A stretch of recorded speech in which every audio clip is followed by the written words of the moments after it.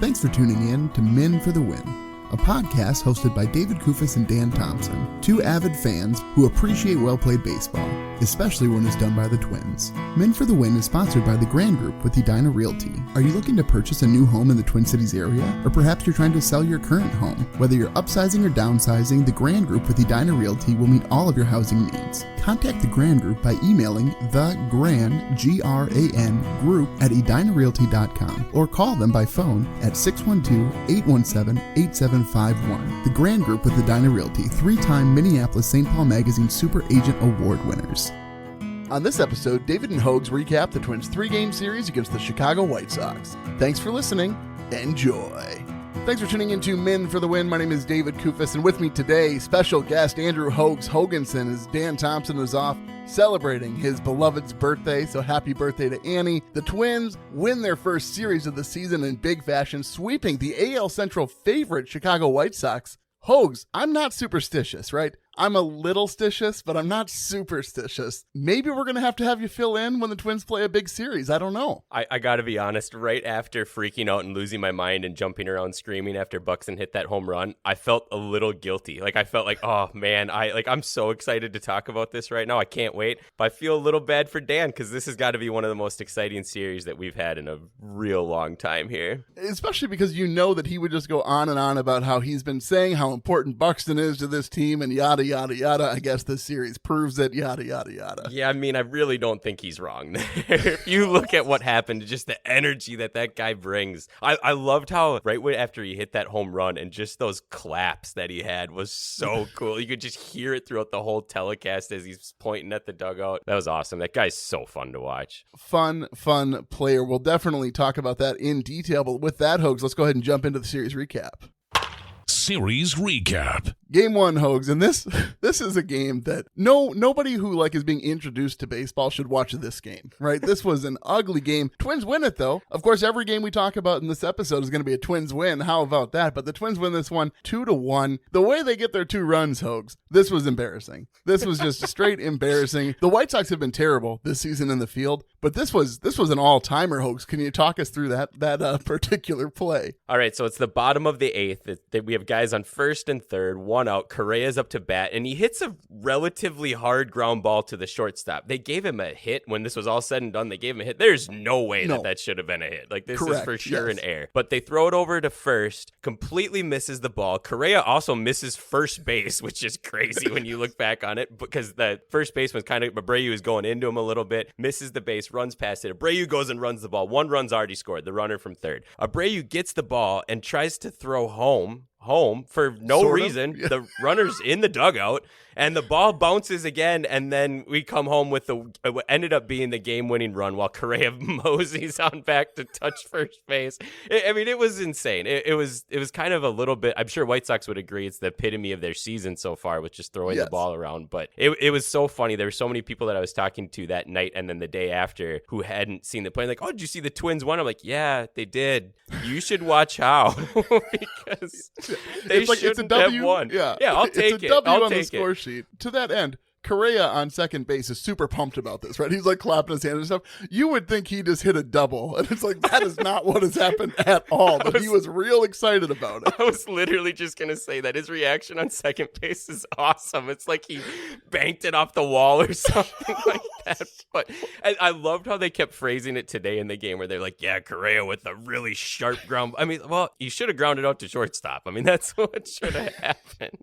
Well, a guy below the Mendoza line, Hoges, who you're paying $35 million for this season. 35.1. Thank you, 35.1. You really got to talk up at any opportunity you get, I think. That's very true. And hopefully this, I don't know, it's weird that he didn't play today, but maybe that kind of gets him jump started. We have an off day tomorrow, and we'll see. I'm not worried about him yet, but it's concerning.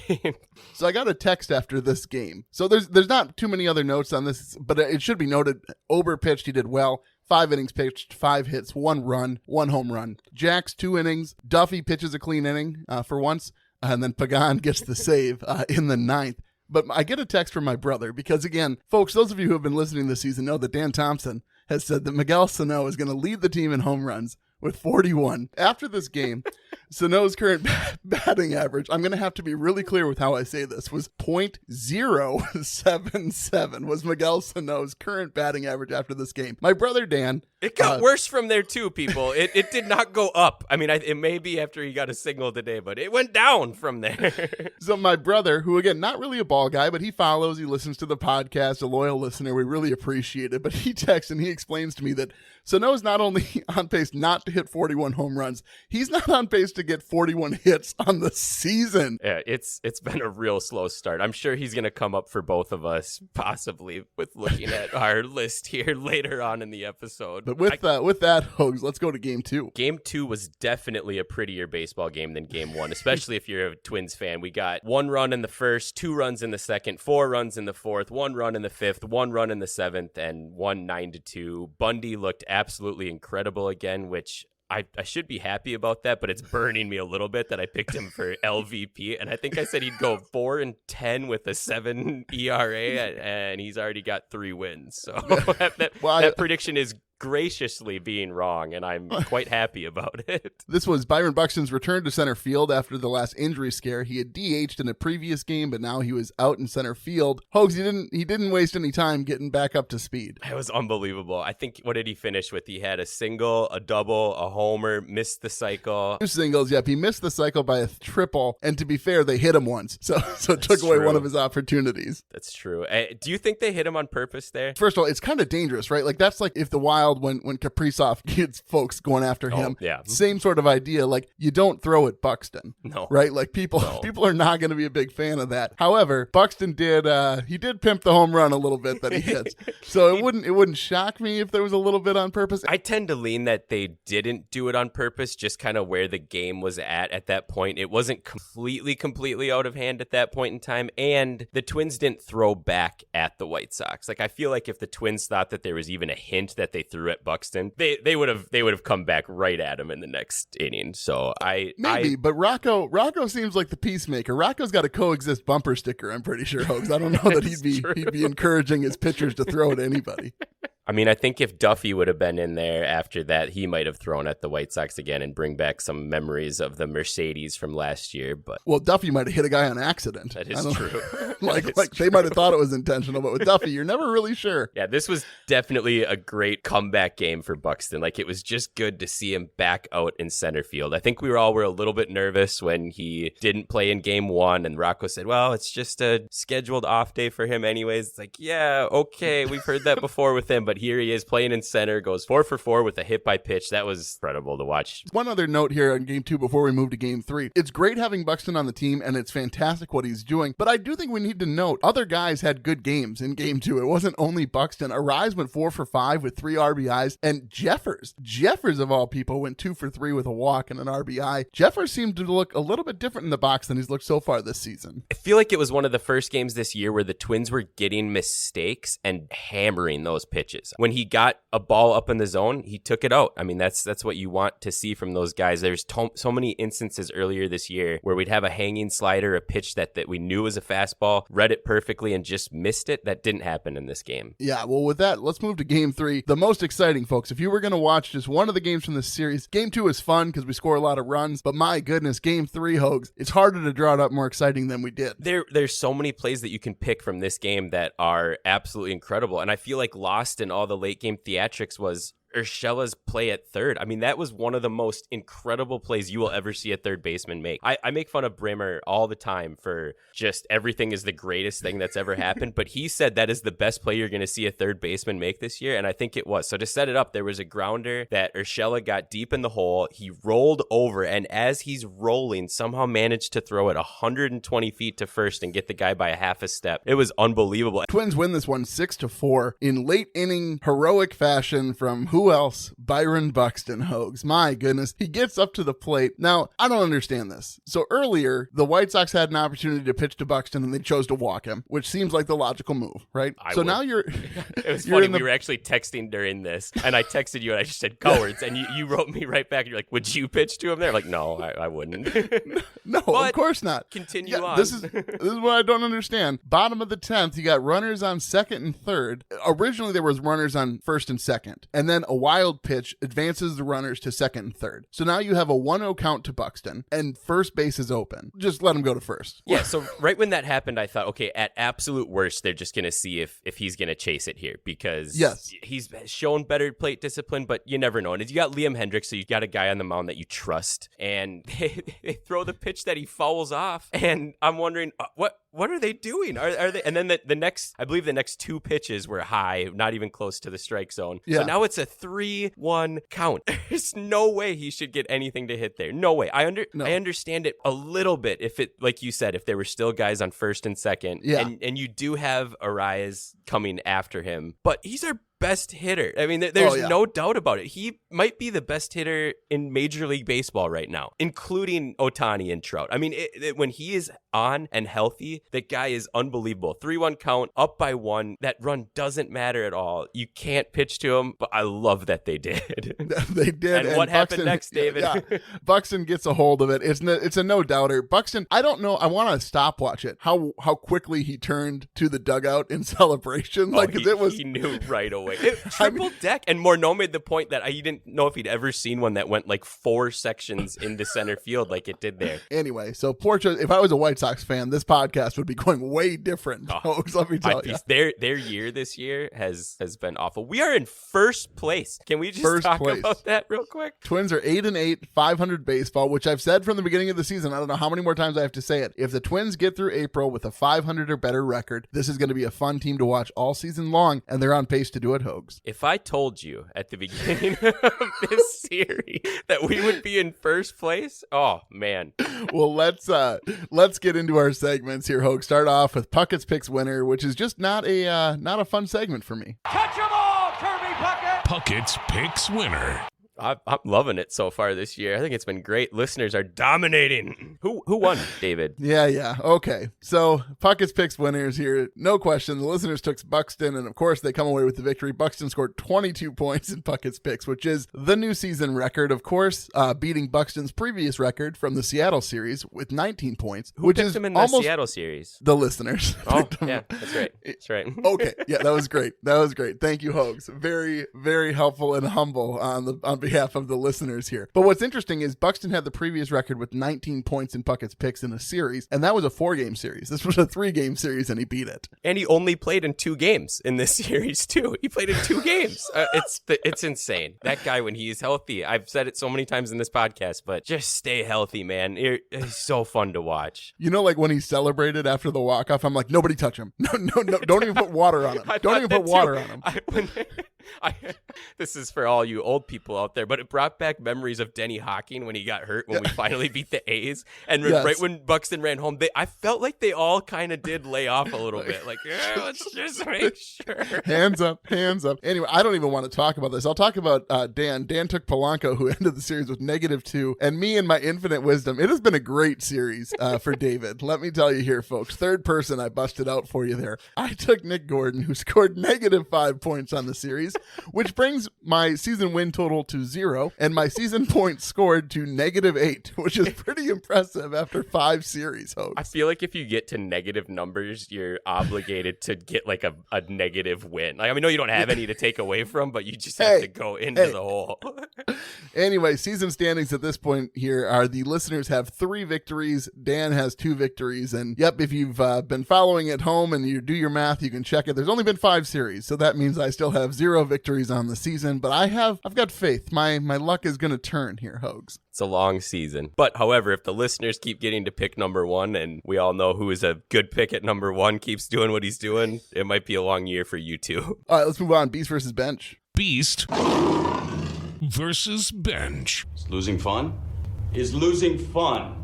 It's a little bit redundant at this point, I think. Unless you chose somebody different, I took Buxton as my beast. Hoges, you got any thoughts on any other players who deserve the moniker? No, it's absolutely 100% Buxton. However, in the middle of Game 3, when Buxton started off with 3 strikeouts and Arias still had a hit and he went 4 for 5 in the game before and he went 1 for 3 in Game 1, I was tempted to pick Arias, and then Buxton hit that game-tying home run. I was like, yep, well, Done. That's my pick. So yeah, it's absolutely Byron Buxton. However, bench, Hoges, it's fun to talk about bench in a series sweep because you can choose someone and you don't even really care. I feel like the player who's getting picked was probably a little happy about that too, because if you start really digging into the stats of the person that I'm going to pick, it is not good. And if Kirilloff comes back, that starting position might be in jeopardy a little bit. But I went with Miguel Sano. He had a couple hard hit balls in game 3 here today, but it just, something's not clicking. And I keep thinking about what you said in the last podcast. Like, he's a hot and cold hitter, but how long can you be in a slump before you're just bad? And I'm starting to get a little worried about him. What do you think, though, if Kirilloff doesn't come back? Is that the only saving grace for Sano? Because who else do you put at first base if Kirilloff doesn't come back? It's such a tough question because that guy has immense talent. And honestly, he's pretty good in the field, too. Like, he made a couple fantastic defensive plays in this series, too. He did have the one error, but that was a tough play in game 3. But I don't know. You want to give the guy every opportunity that he can in order to get out of this. And frankly, he deserves that. But I don't know what the option is after that if it's not Kirilloff. And I am worried about Kirilloff's wrist. I mean, they just gave him a cortisone shot, which is what they gave him the last time. So whatever it is, this might be, I mean, I don't want to say it, but it might be career ending. Like, this is career altering what's happening to him if that never heals up. It is a tough question, but yeah, I'm going to go with Sano on my bench as well. I toyed with Gordon because he had a just terrible series as well. However, Sano's play at first, throwing to Archer on this little, as opposed to like lightly tossing it to Archer, Sano rockets one past Archer's head. So that put him over the edge for me. I think I gotta stick with Sano. I shouldn't have found that play as funny as I did, but he made a good play on getting the ball, and then he loses it as he's transferring it to his hand, and then like shot puts it at Archer's face. And Morneau said something about like, well, you can't really blame Archer there. It probably looked like a 97-mile-an-hour fastball coming right at his head. Anyway, let's keep pushing here. Rocco's Rewind.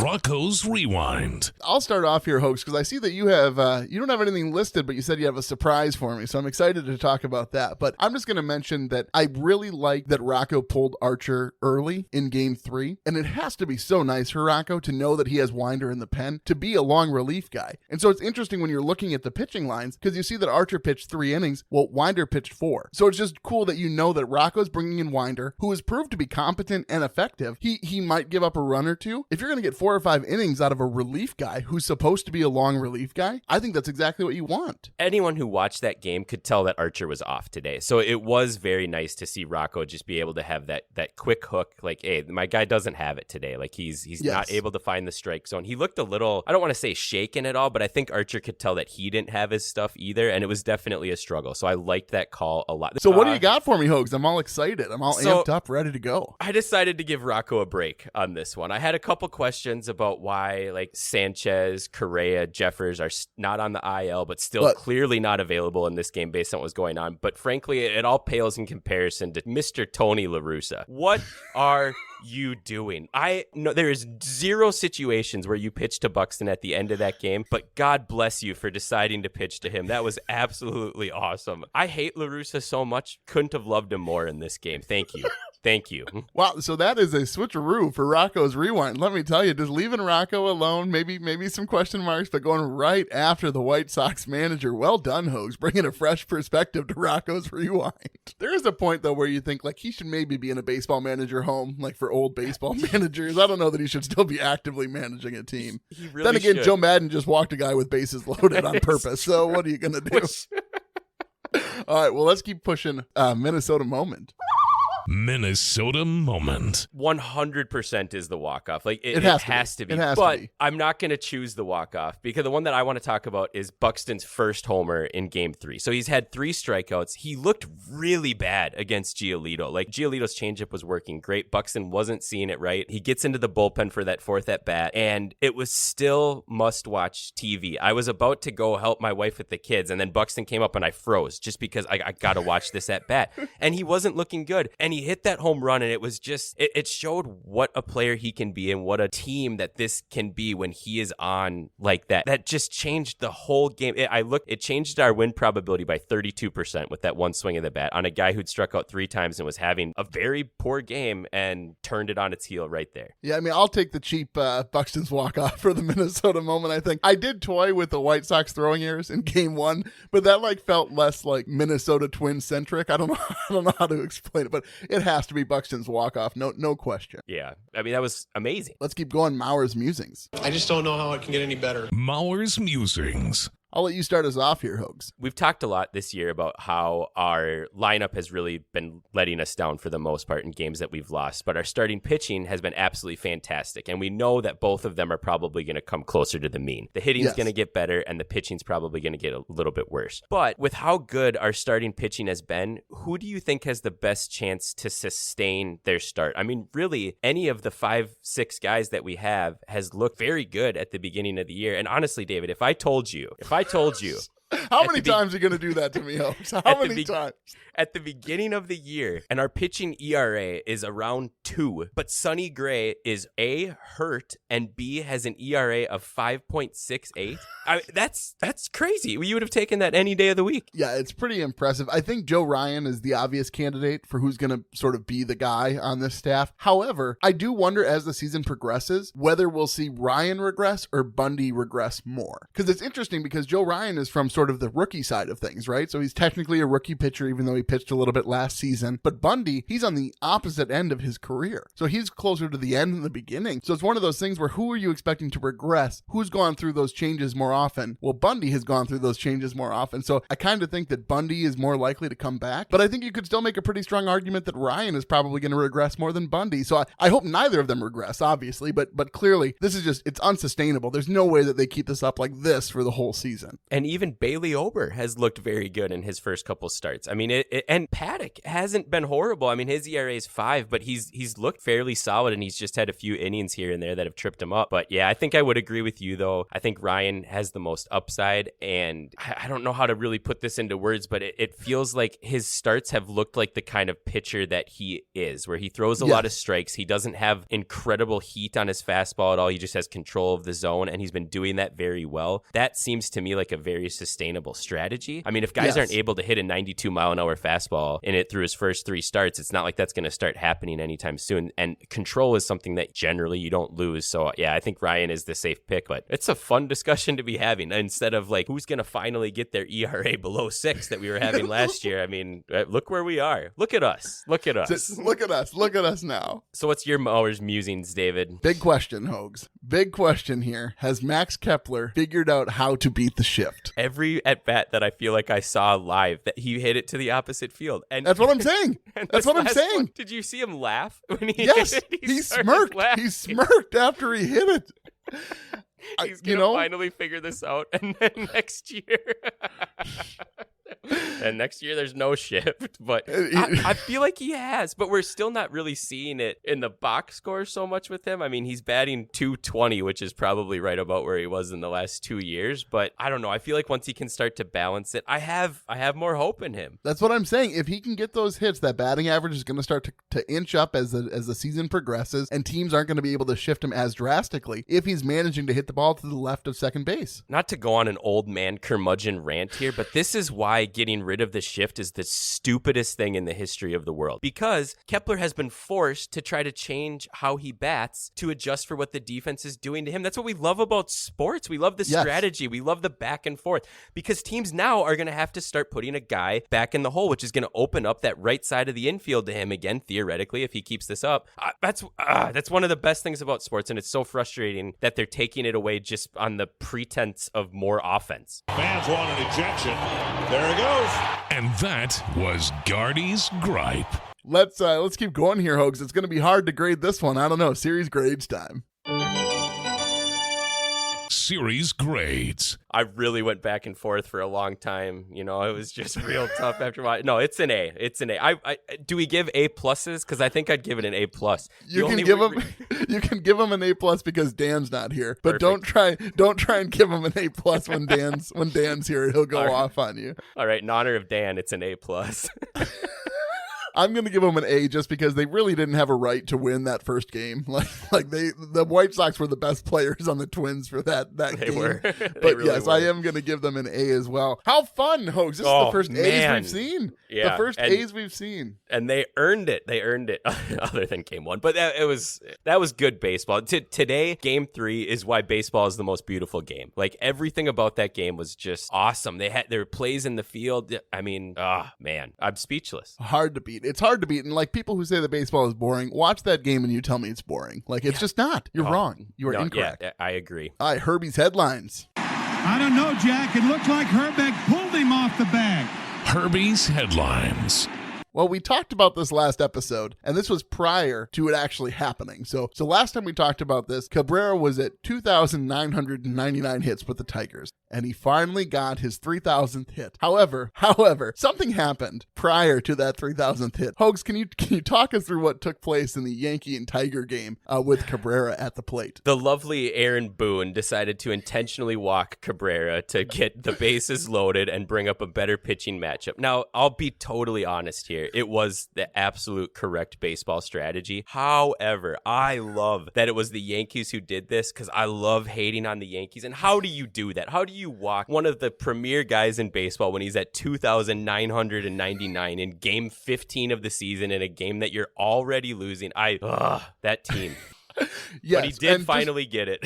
Yes. So Cabrera did reach that 3,000 hit plateau. Fantastic. Good to see. Obviously, his last season in the league. To further prove that the Yankee fans are terrible, not just the team, the Yankee fans were chucking bottles at players here. So I don't quite understand what goes through the mindset of somebody in the stands at a professional sporting event who decides to literally perform a physical, violent act on a player on the field. It makes no sense. And a little bit of background on that play. What happened originally is the Guardians outfielder, I believe it was Mercado, ran into the wall. And like it's a chain link fence and he hurt his face. You could see the chain link on his face. And Yankees fans started yelling at him. So the Guardians went up and had some words with the fans and it ended. However, later in the game, the Yankees get a walk-off hit out to right field. And then they start throwing bottles. The play before where Mercado hit the chain link fence was in left field. The game-winning hit happened into right field, and they start chucking beer bottles at the Guardians right fielder. It is beyond belief. But the one thing that is a little funny to me about all of this is everyone's acting so surprised that Yankees fans are a bunch of jerks. Didn't we already all know that? I mean, they are horrible. They cheer for the Yankees, for goodness sake. Like,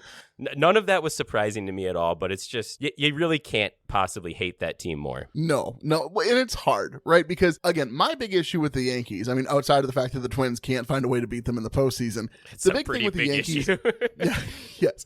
But the big thing that bothers me is that the Yankees have so many fans who aren't native to New York or don't have a reason to be a Yankee fan that's legitimate outside of, well, I just wanted to cheer for a team that wins a lot. I couldn't agree more with you. You got to earn it. You got to earn it. It bothers me. So I got a buddy at work, Andy, he's a Cubs fan, but he's from Iowa, right? Well, in Iowa, you kind of get free range, right? But what I appreciate about Iowa, you get to choose. Yes, you just get to choose. But what I appreciate about choosing the Cubs, well, one, why would you choose the Cubs, first of all?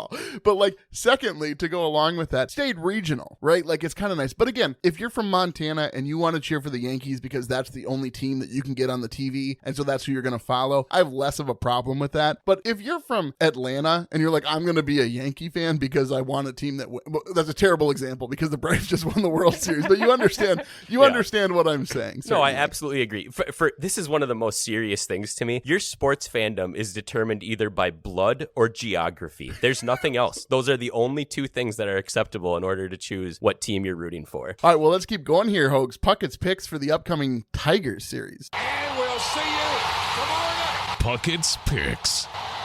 I hate to say it, but you, as the listener representative, Hoges, get the first pick for this Tigers series. Buxton. Shocking. Very surprising pick. I'm going to go ahead and go with Correa because, honestly, he has to get good at some point, right? Like, he's going to want to get a new contract, and if he doesn't start hitting the ball, Hoges, he's going to be a Twin again next year. We might be paying a guy a lot of money to keep hitting 200. In all honesty, though, I think that is a good pick. I'm not that worried about him yet. It is still early in the season, and you got to think he's going to put it together. Also, it's been awful weather in Minnesota, and I know that he's not from here, and that was one of the things that he was worried about because Marwin Gonzalez warned him the first month's awful. Well, it has been awful, let me tell you. It's been bad. It has been bad, yes. So Dan had texted me his picks, and it's funny that I can't imagine he thought that he'd be picking third, seeing as his guy scored -2, but nope. No thank you, Dan Thompson. I got Gordon, so I got the first pick between us. So Dan Thompson is taking Polanco for the upcoming Tigers series. Well, now, Hoges, we're going to transition into the new segment. So anytime that Hoges is on the podcast, he's going to bring up something we've said in a previous previous podcast and let us know how stupid we are for thinking that way. So here is the inaugural segment of Dan's Dumbs. Just a bit outside. He tried the corner and missed. Dan's Dumbs. So I gotta be honest, I kind of feel like flipping this one on you a little bit. Oh, great. So if y'all remember a couple podcasts ago, Dan, when naming premier Twins pitchers, named Kyle Gibson. And right when I heard that, I was like, Kyle, really? Like, was that really what I want to do? And David instantly is texting me going, can you believe that he said this? Like, what is that? Like, he's naming him. Well, I looked up Baseball Reference. Kyle Gibson is top 3 in WAR and a load of other stats for pitchers in, let's just say, our lifetime, the last 35 years or so of Twins baseball. So I got to flip this. I got to give this a David Dumb for just not knowing your Twins history and how premier Kyle Gibson actually is. Okay, well, first of all, I assumed I was going to have immunity for this segment, so I'm a little bit upset that I'm the one getting torched right now because this was supposed to be Dan's Dumbs. So for that reason, I'm going to go ahead and play the David's Dumb sounder real quick here. Just a bit outside. He tried the corner and missed. David's Dumbs. Okay, well, now that we got that out of the way, well, Hoges, thank you so much for filling in for Dan Thompson. We'll see if the Twins can keep this momentum going against another AL Central opponent. Would you mind sending us out, Hoges? Yeah, I would love to send us out. First off, I'd like to thank Dan for giving me this series. I don't know if I could have picked a better series to talk about. This was so much fun. It's fun to see good baseball out there again. It's fun to see a healthy Buxton, and I'm excited for this upcoming series. Let's go get them. Well, folks, if you like what you hear, please tell a friend. You can follow us on Twitter at Min for the Win and find our Min for the Win Facebook page. Make sure you're subscribed to the podcast to be notified when new episodes are available. If you could leave us a rating, that'd be great. A reminder that the episodes are now available on our YouTube channel, and if you could drop us a like and subscribe, we greatly appreciate it. Thanks for listening, and as always, go Twins. That'll wrap up another episode of Men for the Win, a podcast hosted by David Kufis and Dan Thompson, two avid fans who appreciate well-played baseball, especially when it's done by the Twins. Thanks so much for listening, and as always, go Twins.